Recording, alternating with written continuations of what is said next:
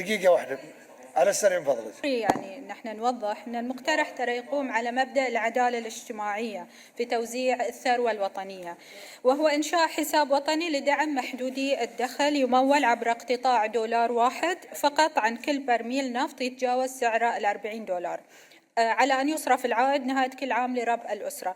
معالي الرئيس، إذا ارتفعت أسعار النفط ما يشعر المواطن بأي شيء، وعندما ينخفض فإن أول بند يفتح هو جيب المواطن، وهذه معادلة غير عادلة.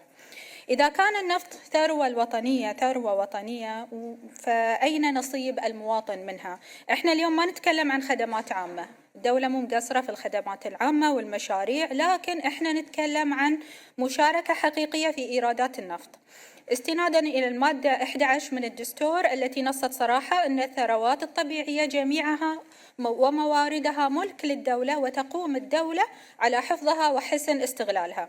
فإنني أؤكد على حسن الاستغلال، والذي لا يقتصر فقط على تحصيل إيرادات، بل يشمل إدارة الفوائض بطريقة تحقق عدالة اجتماعية لهذا الشعب والاستدامة المالية. إذا ارتفعت أسعار النفط نسمع فقط عن تحسين إيرادات، لكن ما قاعدين نشوف أن المواطن يشهد انعكاس هذا النفط، انعكاس ملموس. لم ترتفع الرواتب، لم تتوسع الدعوم، لم تضخ أي إيرادات مباشرة في دخل الأسر. فبالمقابل عندما تنخفض أسعار النفط نجد أن المواطن هو أول ما يتبادر إلى ذهن الحكومة فيما يخص بالإصلاح. المواطن هو شريك للإصلاح للحكومة عند الإصلاح والتوازن المالي، لكن ينسى المواطن عندما ترتفع أسعار النفط. فالواقع الاقتصادي تغير، الأسعار ارتفعت، مثل ما تشوف القوى الشرائية انخفضت. طبعا مرت أعياد كثيرة على هذا البلد، آخرها 16 ديسمبر واللي فيها زامن ذلك أيضا الخبر اللي شكل صدمة لجميع البحرينيين، رفع الدعومات.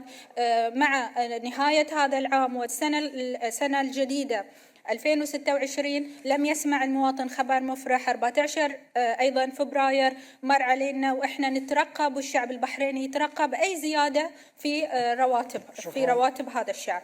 فإحنا نطالب الحكومة بالتفكير جديا في هذا شكرا سعادة نائب المقترح. شكرا. تفضل سعادة نائب الدكتور علي.